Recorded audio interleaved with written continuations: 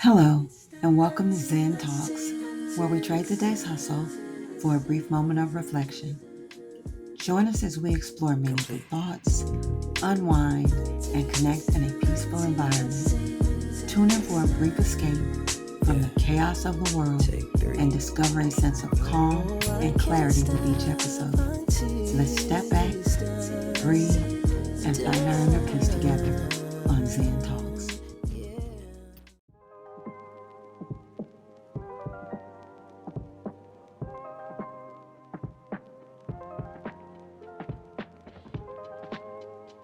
Hello, and welcome to Zen Talks, where we trade the day's hustle for a brief moment of reflection. Let's slow down, take a deep breath, and explore the depths of personal growth and well-being. I'm your host, Zen, and tonight we're exploring a powerful connection that can truly transform your personal and professional life: the link between self-awareness and emotional intelligence. My drink of choice tonight is a warm, soothing cup of chamomile tea. But hey, if you need something a little stronger, remember, I won't judge.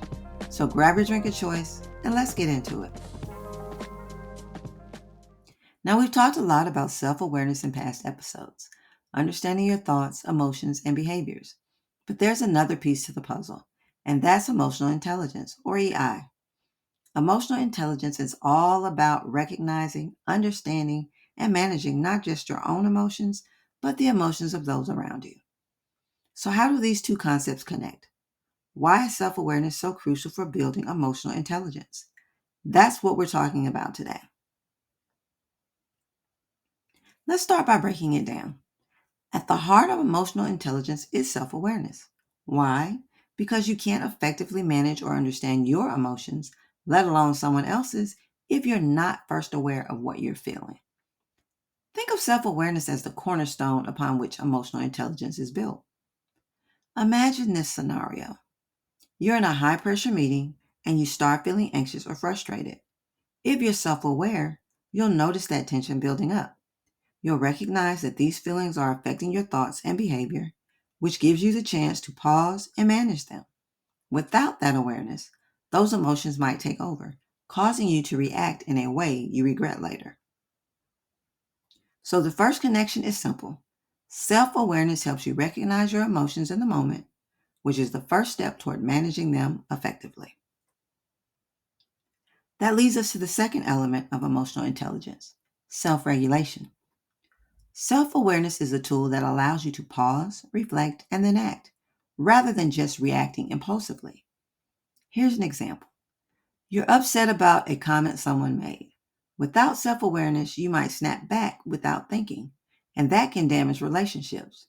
But with self-awareness, you can notice that you're upset, understand why, and choose a more thoughtful response. That's emotional intelligence in action. Self-regulation is the ability to control your emotional reactions, and you can only do that if you're first aware of those emotions as they arise.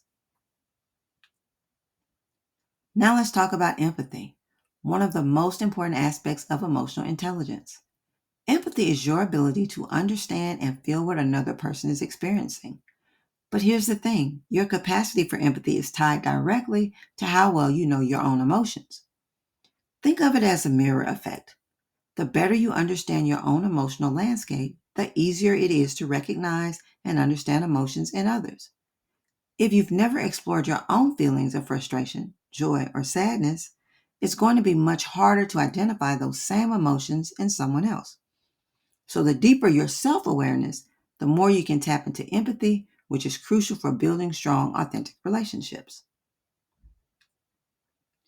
Next, let's talk about social skills, another pillar of emotional intelligence. Strong social skills, whether in personal relationships or professional settings, rely heavily on self awareness. Why? Because understanding your own emotions helps you navigate interactions with others in a more meaningful way.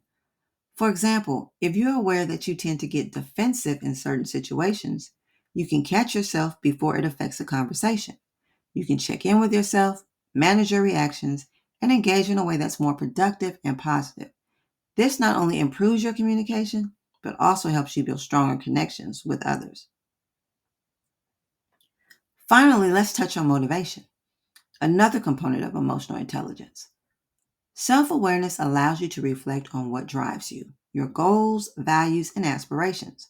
When you're clear on these things, you can align your actions and emotions with your long-term goals, which boost your motivation. For example, if you're aware that stress at work is derailing your focus, you can take steps to manage that stress and stay motivated toward your larger goals. In this way, self-awareness supports emotional intelligence by keeping you in tune with what matters to you most. So to recap, self-awareness is the foundation that supports emotional intelligence in so many ways. It helps you, 1, recognize your emotions and manage them effectively. 2, regulate your reactions, giving you control over impulsive behavior.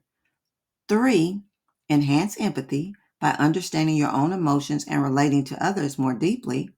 4, improve social interactions, allowing you to navigate relationships with greater awareness.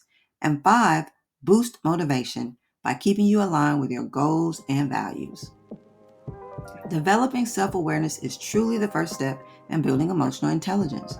The more in tune you are with yourself, the more emotionally intelligent you become, which impacts your relationships, your career, and even your overall well-being.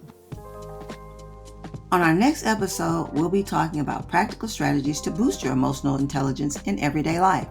Whether you're navigating tough conversations at work or strengthening personal relationships, these tips will help you handle it all with greater ease and insight. Well, thank you so much for joining me tonight on Zen Talks. Don't forget to subscribe and share this episode with someone who might need to hear it. After all, it's your support that helps us grow and reach more listeners. If you want to know more about me, Zen, you can follow me on Facebook at Zenja Bloomfield and on Instagram at I am Zenja. And by the way, stop by sisterpamelapublishing.com and purchase my latest book, Becoming the Kaya Woman, along with other great titles.